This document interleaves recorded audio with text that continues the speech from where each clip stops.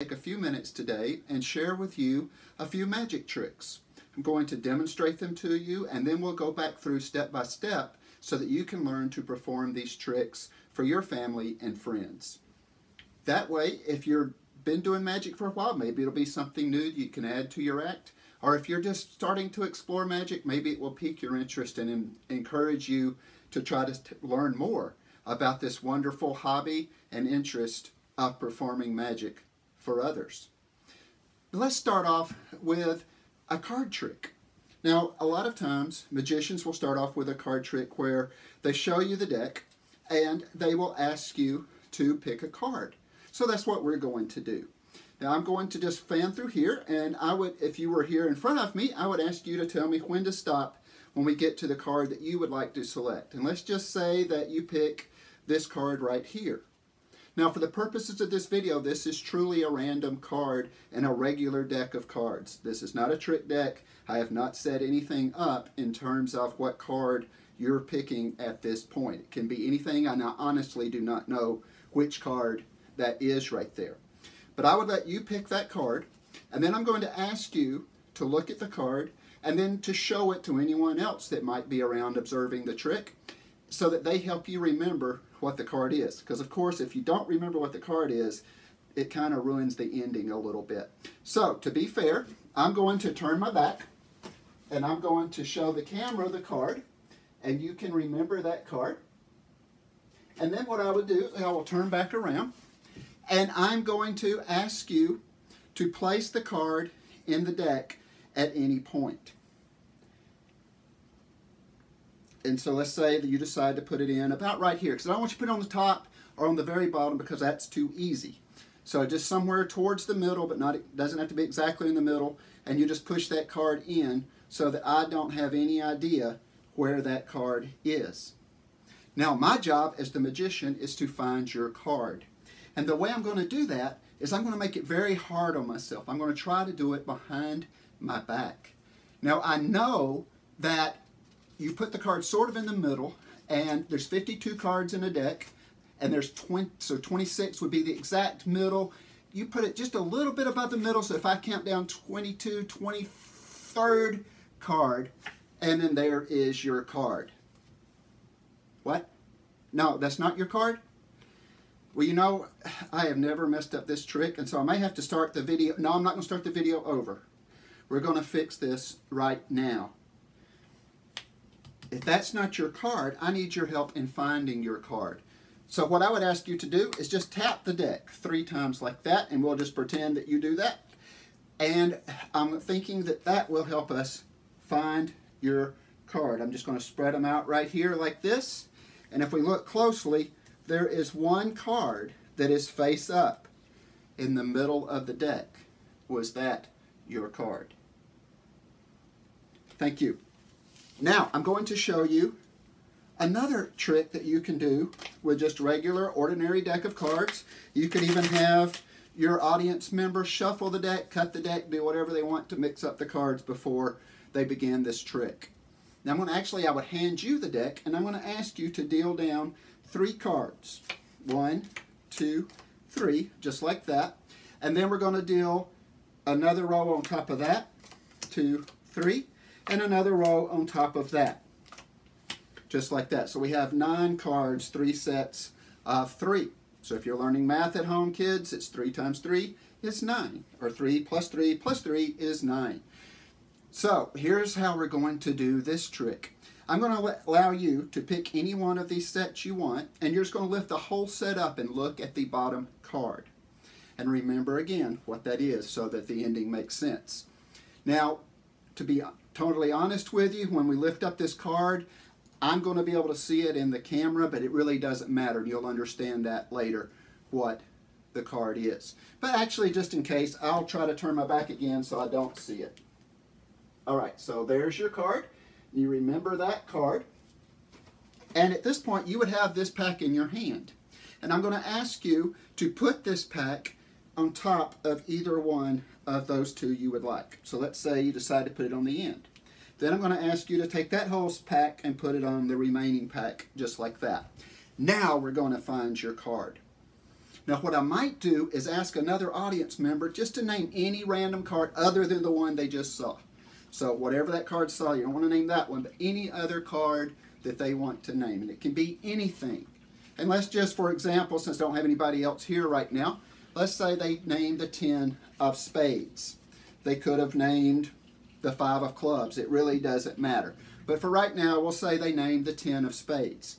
So what we're going to do is we're just going to spell out the name of the card that the audience member suggested. So this is a little spelling exercise too. So you get reading and math and magic all at the same time.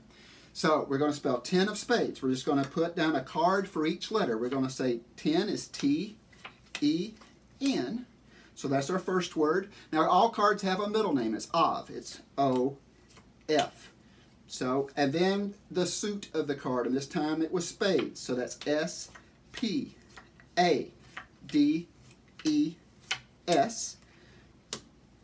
And then finally, we are going to need a little magic to find your card. So let's spell the word magic. M-A-G-I. And there is your card. Turns out to be the Ace of Spades. And again, that was totally random. It could have been any card. So those are two fairly easy to do card tricks that I will show you in just a few minutes how I did those so that you can practice and do it yourself. Finally, I want to show you one of the very oldest tricks in magic. And this is called simply the cups and balls. And you basically start with 3 empty cups and 3 little balls. Now I've made 3 little balls out of torn up piece of napkin here. And the magic is we're going to make this little ball pass through this cup and back onto the table. So we're going to stack those 2 cups on top. We're going to say our magic words and tap the cup. And look at that, just like that, the ball has passed through the cups. Now we could do that again. We could do this, and we could cover that ball up, and we could place another one on top, put our cups back on top, and this time we'll have 2 balls under this cup, just like that. Now, just for the fun of it, let's try it just one more time.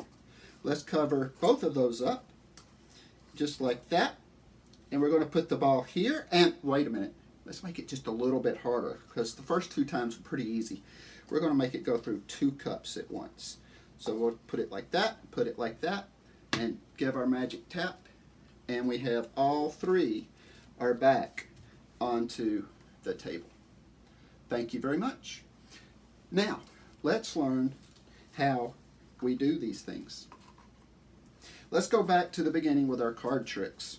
The very first card trick where I tried to find the card behind my back and I messed up. Of course, I hope you realized, or else you wouldn't still be watching, that when I messed up, that was on purpose. I knew I wasn't going to be right. But it makes the trick a little bit more fun for the audience member to actually get to do the magic. Now, there's not very many sneaky moves to this at all, but I'm going to show you the only 2 sneaky moves there are. And the first one happens before you even start performing the trick. You have to do this before you bring out your cards and start performing the trick. And you take any card, for example, this time it's going to be the 2 of clubs, and just turn it upside down to the rest.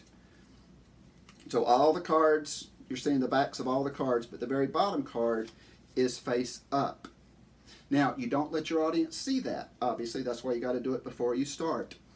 And so what you'll do is you'll start spreading through the cards. And you have to be careful that you don't slide it like that where they see the bottom card. So just keep those kind of tight. I'm using my fingers there just to slide off a few at a time and ask them to stop at any point they want to pick a card. And let's say they stop right here. Now, it really doesn't matter what card it is, and I really don't know what card it is they have chosen. So what I'm going to do is after they've chosen their card, I'm going to say, I'm going to turn my back so that you can look at your card and let all the other folks in the group see your card, and I won't see it. Now, here is the only other sneaky move. When I turn my back, what I'm actually going to do is I'm just going to turn this deck over in my hand while my back is to the audience. Just like this. And now what's happened, they don't know this, but look what's happened. We've got that one upside down card, and then all the others are face up now. So when I have my back turned, I just turn it over where that one card that's opposite of all the rest is now showing the back. Now they'll never see this for two reasons. One is my back is to them. Second of all, they're looking at this card. Now, for example, it turned out to be the 10 of hearts this time. So after everybody's looked at it and I turn back around, I show them the deck and I'm going to ask them to slide the card back into the deck anywhere they want. But don't put it right on near the top or right near the bottom, because that makes it too easy for me to find.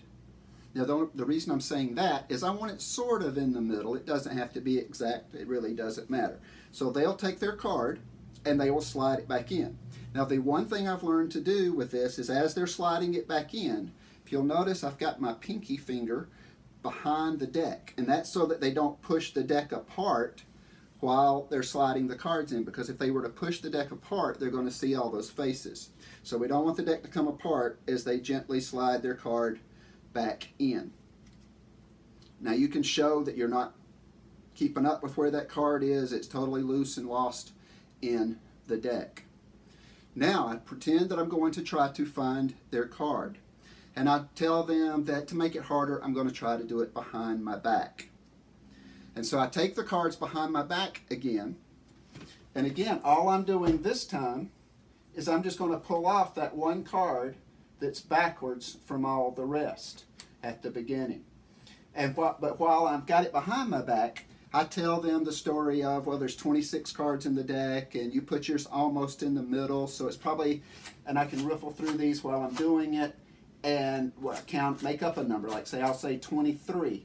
And then I'll pull that card off the top that was reverse of all the others, and then just bring the deck back around as I show that card, like I'm expecting applause because I found their card. And then they will say something like, that's not my card, or what? That's not my card. So then I pretend, oh, I've never messed that up before. I must need some help. And then I'll ask the audience member, and this is great, especially if you have a kid in the audience, to tap the deck and make the magic happen. After they do that, then all you have to do is spread back through the cards, and the one card that they put in, reverse of all the rest without knowing it, will be the one that's face up. In this case, it is their 10 of clubs. So one more time, real quickly, you start with one reversed on the bottom. You have them select a card. While your back is to the audience and they're looking at that card, you just turn this over in your hand, which then gives you one backwards card and all the others are face up. So that when they stick theirs back in, they're actually going to be putting theirs face down to all the rest. So they'll stick it back in there. You tell them you're going to find their card behind your back. While your hands are behind your back, you just pull off this top card that was backwards from the very beginning, pretending that you have finished the trick. When they call you out and let you know that you messed up, you then let them do the magic. Tap, tap, tap. And then they spread through, and their card is the only one face up in the deck. So that's how you do that trick. The other trick I did was the spelling trick. Now let me show you how I did that. It really does, this is one that I can't even tell you why it works, because there's really no sneaky moves to it. It's just one of those things that kind of mathematically works itself out. So you just start with 3 sets of 3, just like that, and it makes absolutely no difference what those 9 cards are. Just have them stacked 3 sets to 3. You ask your audience member to pick up any one of the sets and look at the bottom card. And so let's say they pick up this one and they're going to see that 10 of clubs there, and that's going to be their card they remember.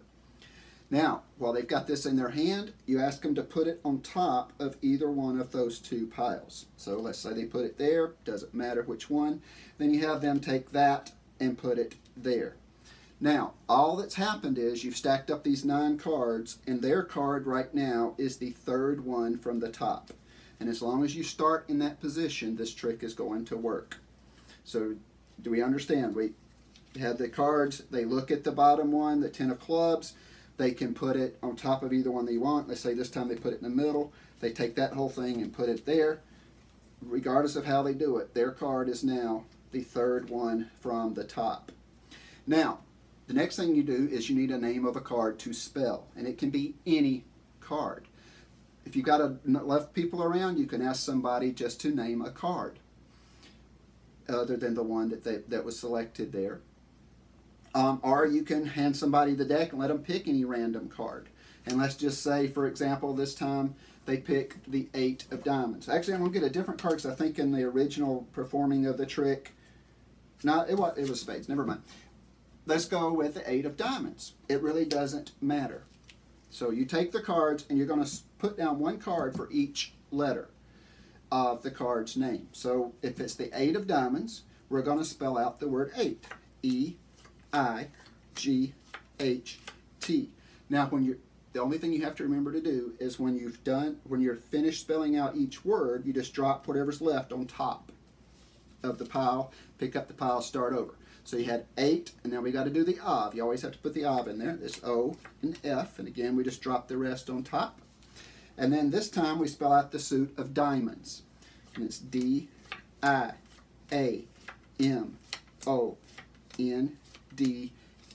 Make sure you put the S on the end of it, and then drop the rest on. Now, what has happened somehow is their card is the 5th one down from the top right now. So we need a reason to count down 5 cards. So the word magic works perfectly because there are 5 letters in the word magic. So we just say M-A-G-I, and then on the last card C, we turn it over, and that will be their card. Now, the other thing you can do is you can personalize this a little bit. Here in Louisville, most people are either fans of the cats or the cards. So sometimes I'll ask that as the final question. After we spelled out the name of the card, and I know that the card we're looking for is the 5th one down, I'll say, are you a cats fan or a cards fan? If they say cards, it's easy. Cards is 5 letters. It's C-A-R-D, and then S is... Now, what if they say cats? Because cats is only 4 letters. All you do is C-A-T-S, and then just turn over the next card, and it'll be the 5th one. Also works with names. If they happen to have a 4-letter or a 5-letter name, you can use their name. If their name was Mike, you could do M-I-K-E, and the next card is theirs.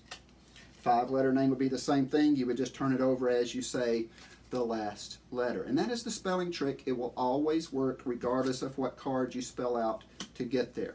As long as you remember this. You have the 3 sets of 3. Whichever one they look at the bottom card, let's say this time it was the King of Diamonds, have them put it on top of either one so it feels like they're making a lot of choices. And then put that on top of the rest. So that King of Diamonds is now in the 3rd place. After we spell out the name of a card, that King of Diamonds is then going to be in the 5th place. And then we spell out either a 4 or 5-letter word, and we can reveal their card. And finally, let's look at the cups and balls trick. Most people have probably seen some version of this in the past. And there's a lot more fancy stuff that you can do with it, but this is the very basic premise of the trick, that you have 3 cups and 3 balls. The secret to this whole thing is there's really a 4th ball. Now, you can use little pom-poms that you can get at any kind of craft store or even drugstores, Walmart's, Myers, those kinds of places carry them.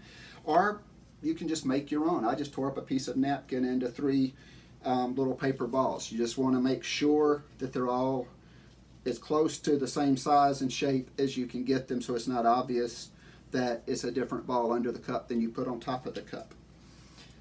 So here's the setup for this. You take one of the balls, this is the secret one, and you're going to put it in a cup. One cup on top of that one cup under it. So right now the ball is in this middle cup. And then I usually just start with the other three just in the top cup so I can just spill them out like that. And that adds a little bit of an element of showing the audience that, hey, this cup's empty now. So now we're going to place the cups down. I'm going to show this top cup empty, but I'm actually going to pull off the bottom cup. So I'm going to show it, I'm going to pull off the bottom cup and turn it over. I'm going to show this again, I'm going to pull off the bottom cup and turn it over. Now this is the one that's actually got the little ball down inside it. So as I turn it over, I can't just hold it like that for too long because that thing is going to fall out. But I don't want to pull it over and be nervous about it falling out and do it like that real quick because that looks pretty suspicious. So it's going to stay in there for just a moment. So you don't have to be super fast turning it over, just don't be super slow. So we show this, we turn this cup over, we show it one more time, and we turn that over. Now, if you watch this video enough times, you would realize that I'm showing you the same cup empty time and every single time. But just in live performance, in live time, you don't really pick up on that all the time, and it's just a little bit of a convincer that they've seen all three of these cups empty. So the ball is really under this middle cup right now, but nobody knows that except me. So I say I'm going to take one of these, and I'm going to put it right on top of that cup, and we're going to try to make it pass through the cups. And these are just regular paper drinking cups. Again, you can get those at any place that sells groceries or picnic supplies or whatever. So I take one of these balls, I just put it on top of the cup, I stack the other two on top of it. You can say magic words, you can do magic taps, you can do whatever you want that's supposed to make the magic happen. And then when you pull the cups back as a stack, there's the ball back on the table. You say, well, we could even try to do that again. And then it's the same thing again. Now what's really neat is, by doing this, that ball, you've got a ball hidden in that middle cup again. It automatically reset itself. So you show the cup, put one down. Now this time, when you turn that middle cup over, you want to cover up the one that's already on the table here. So you say we're going to put this cup over that ball. Again, it's the same motion. It doesn't have to be super fast, but can't be super slow. Turn it over, then show that empty one more time and put it back. Now there's really two under here now.